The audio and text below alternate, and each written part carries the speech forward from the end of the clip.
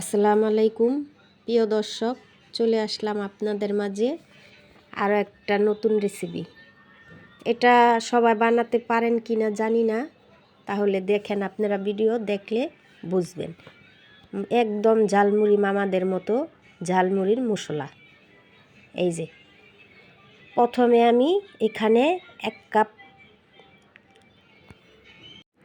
নিয়ে নিলাম, আমি 1 কাপ চীনাবাদাম, আর নিলাম 1 কাপের একটু কম সরষা।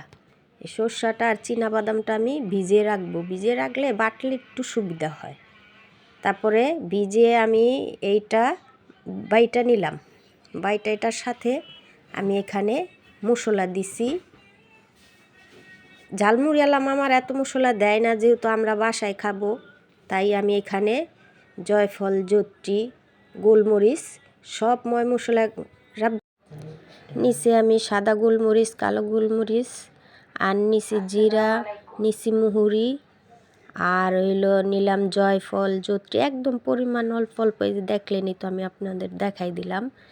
আর এগুলা সব একসাথে বেটে আমি এই যে চলে আসলাম রান্নাঘরে। এখানে আমি গরম মশলা বেটেও দিয়েছি, এই বেটে দিলাম, আর আস্তও দিব এলাচি, গরম মশলা, দারচিনি, তেজপাতা সব একসাথে আমি বেটে নিলাম। এগুলো আলাদা আলাদা বাটার দরকার নেই, একসাথে বাইটা নিচ্ছি। আবার এখন আমি এগুলা সব একসাথে বেটে, আর কি কি দিয়েছি এটা আপনারা তো দেখলেন, আমি দেখাই দিলাম। যত মশলা দিবেন তত এই মশলাটা খেতে অনেক মজা হবে, একদম ঝালমুড়িওয়ালা মামাদের মতো। এখানে আমি চলে আসলাম রান্নাঘরে। রান্নাঘরে এসে একটা ফ্রাই প্যান বসায় দিলাম, বসায়া এইটার ভিতরে আমি তেল দিলাম।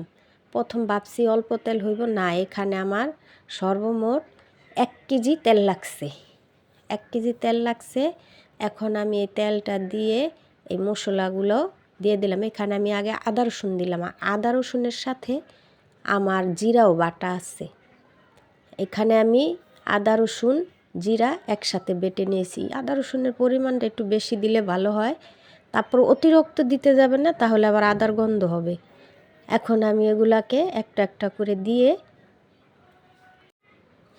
সবগুলো আমি তেলের ভিতর ভাজা ভাজা করব। আর এখানে আমি মরিচের গুঁড়া দিব না, আর আমি দইনাটা বাইটা দেই নাই, দইনার গুঁড়াটা দিছি। বাইটা দিলে একটু ভালো ঘেরান হয়, তাই আমার গুঁড়াটা আছে, এ কারণে আমি বেটে দেই নাই। আর এখন আমি এগুলা সব ভাজা ভাজা করে তারপরে নিব। এই যে দেখতে থাকেন, এই যে দেখেন আমার এটা কিন্তু হয়ে আসতেছে। আর এটা যখন হইব তখন আপনারা এমনি বুঝতে পারবেন যে মশলাটা নিচে পড়া যায়, তখনই ভাববেন হয়ে গেছে। তারপরে এই যে দেখেন আমি বারবার একটু নাড়াচাড়া দিতেই আসি, যাতে নিচে না লেগে যায়, নিচে লেগে গেলে আবার গন্ধ করবো, এ কারণে আমি নাড়ার উপরেই ছিলাম। এই যে দেখেন আমার এটা হয়ে গেছে গা।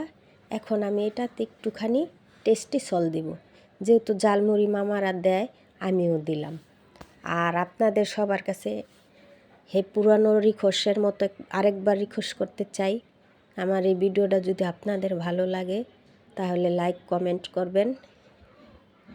আর যদিও কোনো আপনাদের বন্ধুবান্ধব থাকে সবাইকে শেয়ার করবেন। আর কোনো অংশ ভালো লাগলে সাবস্ক্রাইব করে রাখবেন, যাতে পরবর্তী নতুন কোনো ভিডিও ছাড়লে আপনাদের কাছে নোটিফিকেশন চলে যায়। এই যে দেখেন আমার এটা হয়ে গেছে। এখন আমি এটাকে বরমে, কাচের বরমে ভরবেন। কাচের বয়মে ভরলে এটা দেখতেও সুন্দর লাগে, অনেক দিন থাকে। আর এই যে দেখেন আমি ঠান্ডা করে নিলাম, আবার গরম ভরতে যাবেন না, তাহলে আবার এমন আছে বরম ফেটে যেতে পারে। আমি এই যে এইগুলাকে ফ্যানের বাতাসে ঠান্ডা করে এই যে বয়মে ভরে, এটা আর আপনাদের সাথে শেয়ার করলাম না। এই যে দেখেন আমি বয়মে ভরে রেখেছি। এখন এটা আমি সারা রোজার মাস ভরে খেতে পারবো। দেখা যায় পেঁয়াজি ফুলুরি খেতে ভালো লাগে না, তাই এটা দিয়েই খেয়ে ফেলবো, এটা দিয়েই খাবো। ভিডিওটা আজকের মতো আমার এখানেই শেষ। পরবর্তী নতুন কোনো ভিডিওতে দেখা হবে। আল্লাহ হাফেজ।